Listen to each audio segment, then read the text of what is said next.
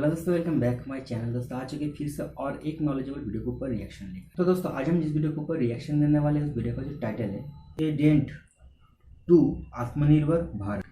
अब दोस्तों पूरा वीडियो देखने के बाद हम लोग को पता चलेगा कि वीडियो के अंदर क्या बताया गया है। आप लोग को ओरिजिनल वीडियो का लिंक मिल जाएगा इन द डिस्क्रिप्शन। वीडियो देखने के बाद अगर आप लोगों को थोड़ा सा भी नॉलेज मिले तो ऑब्वियसली चैनल को सब्सक्राइब करके हमें सपोर्ट कर दीजिए। वीडियो देख लेते हैं, बीच बीच में रिएक्शन देते रहेंगे। So let's start this video. Alpha defence Hindi में आपका स्वागत है। आज के इस वीडियो में हम लोग बात करने वाले हैं अस्मी के बारे में। यूपी पुलिस की एक रिक्वायरमेंट थी जिसके हिसाब से 1128 यूनिट सब मशीन गन्स अक्वायर की जानी थी और उनकी इस रिक्वायरमेंट के लिए दो गन्स को शॉर्टलिस्ट किया गया था। पहली गन थी अस्मी जो इंडिजिनस तौर पर बनाई गई है और दूसरी गन थी सीजी स्कॉर्पियन एवो जो विनवेल ऑटोमेटेड सिस्टम प्राइवेट लिमिटेड द्वारा टेक्नोलॉजी ट्रांसफर के तहत बनाई जा रही है। CG group basically chess Republic की एक कंपनी है और अगर कहा जाए कि ये कंपनी दुनिया के टॉप 5 कंपनीज में से एक है जो फायर आर्म सेगमेंट में बिजनेस करते हैं तो ये गलत नहीं होगा। इनफैक्ट अमेरिका की फेमस कोल्ट कंपनी इस समय इनकी सब्सिडरी है और ये चीज इंडिकेट करती है कि इस समय ये कंपनी किस तरीके का होल्ड रखती है। गन्स के लिए भारत एक काफी बड़ा मार्केट है क्योंकि अगर आप इंडियन आर्मी, एयरफोर्स और नेवी को हटा दें फिर भी इंडिया की रिक्वायरमेंट काफी सिग्निफिकेंट है और केवल सीएपीएफ या केवल पुलिस फोर्सेस की ही बात कर ली जाए तो उनकी रिक्वायरमेंट कई यूरोपियन कंट्रीज से भी ज्यादा होगी। यही कारण है कि हर एक फायर आर्म मेकर इस मार्केट को टैप करना चाहता है, लेकिन भारत सरकार की तरफ से इनिशियली जो मेक इन इंडिया प्रोसेस शुरू किया गया था उसके चलते उनको इंडियन पार्टनर्स के साथ में कोलैबोरेट करना पड़ता है। हिस्टोरिकली भारत की तरफ से वेपन सिस्टम्स बाहर से इंपोर्ट किए गए हैं। एक पॉइंट ऑफ टाइम पर कुछ वेपन सिस्टम्स भारत ने खुद बनाए हैं, लेकिन वहां पर भी भारत को बहुत ज्यादा सक्सेस नहीं मिली। फायर आर्म एक बहुत ही स्पेशलाइज्ड टूल है और इसी वजह से हर एक देश अपनी खुद की रिक्वायरमेंट के हिसाब से अपनी गन्स को बनाता है। नॉर्मली हर एक जियोग्राफिकल रीजन में वहां पे रहने वाले लोगों की फिजिक डिफरेंट होती है। कहीं पर एवरेज हाइट ज्यादा होती है, कहीं पर एवरेज हाइट कम होती है। एग्जाम्पल के तौर पर एवरेज रशियन हाइट 72 सेंटीमीटर की है, वहीं पर एवरेज इंडियन हाइट 165 सेंटीमीटर की है। अब एर्गोनॉमिक्स के हिसाब से जो गन रशिया के लिए बेस्ट होगी वो शायद इंडिया के लिए बेस्ट ना हो, लेकिन जब भी बात की जाती है इंडियन ट्रूप्स से तो उनके पास में एक सेंस ऑफ कंफर्ट होता है जब वो रशियन वेपन सिस्टम यूज करते हैं, क्योंकि माना जाता है कि रशियन वेपन सिस्टम ज्यादा रिलायबल है और वो जैम नहीं होते।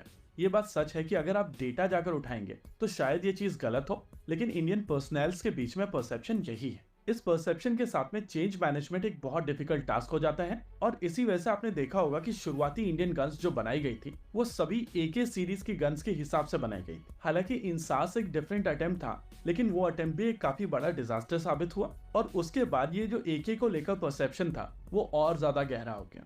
वैसे यहाँ पर कई लोग कहेंगे कि एडजस्टेबल स्टॉक अब मार्केट में अवेलेबल है, लेकिन एर्गोनॉमिक्स केवल एडजस्टेबल बट स्टॉक तक लिमिटेड नहीं होती है। ट्रुप्स के भरोसे को जीतने के लिए इंडियन आर्मी और डीआरडीओ ने मिलकर साथ में काम किया है और कर्नल कलाश्निकोव के नाम से जाने जाने वाले उस समय के लेफ्टिनेंट कर्नल और आज के कर्नल प्रसाद बांसोड ने इस गन को बनाया है और इस गन को नाम दिया गया है अस्मी।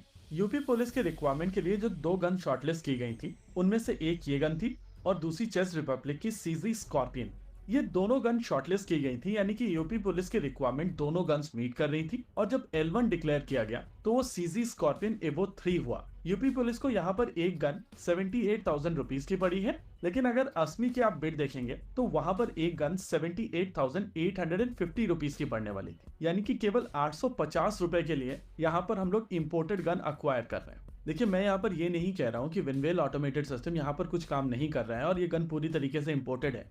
नेचुरली उनकी तरफ से टेक्नोलॉजी ट्रांसफर के बाद में कुछ कंपोनेंट्स भारत में बनाए जाएंगे, लेकिन इसकी तुलना में अस्मी पूरी तरीके से इंडिजिनस तौर पर डिजाइन की गई है और ये गन पूरी तरीके से इंडिजिनस तौर पर ही बनाई जा रही है। ऐसे में इंडिजिनस ऑप्शन होने के बावजूद अगर बाहर से हम लोग वेपन सिस्टम अक्वायर कर रहे हैं तो ये इंडिजिनस वेपन सिस्टम को सपोर्ट करना नहीं हुआ। और अगर हम लोग बात कर रहे हैं आत्मनिर्भर भारत की तो इंडिजिनस वेपन सिस्टम को आपको सपोर्ट करना पड़ेगा। ये बात भी सच है कि यहाँ पर ऑर्डर बहुत ज्यादा बड़ा नहीं है और ये भी बात सच है कि विनवेल को यहाँ पर कुछ तो टेक्नोलॉजी ट्रांसफर मिलेगा ही, लेकिन अगर भारत को आत्मनिर्भर बनना है तो इंडिजिनस वेपन सिस्टम्स को सपोर्ट करना पड़ेगा। तो दोस्तों वीडियो तो यहाँ पे खत्म। वीडियो बहुत ही नॉलेजेबल था और ये था पूरा मामला। अब दोस्तों ये तो मुझे भी नहीं पता है कि हमारा जो इंडिया का गन है उसको छोड़कर हम बाहर का जो इम्पोर्टेड गन उसको क्यों खरीद रहे हैं। इसके बारे में तो वीडियो में कुछ भी बताया नहीं गया, मगर दोनों ही गन एक ही जैसा है, ठीक है।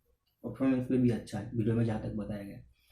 तो अगर हम लोग इंडिया का हर एक चीज़ का सपोर्ट नहीं करेंगे तो कौन करेगा बताइए। अब हमारा जो सरकार है वो तो कहता है कि मेड इन इंडिया को प्रमोट करो, मगर वो लोग ही असमी जो कि हमारा देश में खुद बना हुआ गन है उसको दरकिनार करते हुए बाहर से जो गन आ रहा है इंपोर्ट कर रहे हैं।